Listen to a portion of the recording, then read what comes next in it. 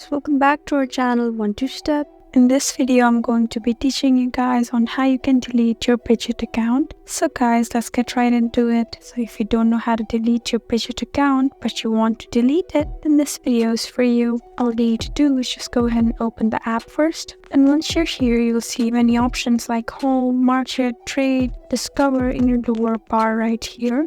We'll need to go to home and look at the left top corner button that has a 4-circle icon. So just tap there and now you'll see even more options. There are preferences, there are study, many more, but we just need to go ahead and tap on my wallet. And once you do so, you can see more options like wallet name, profile picture, private key, backup, mnemonics, Google Authenticator, verify authorization, note settings, and finally delete wallet. So guys, in order to delete your wallet, just go ahead and tap on delete and now tap on yes, and you can successfully delete your Bitget wallet account. So guys, that's how you delete your Bitget wallet account. I hope this video was helpful for you.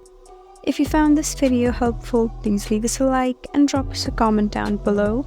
And if you want more helpful videos like these, then please subscribe to our channel. We'll see you again next time. Thank you for watching.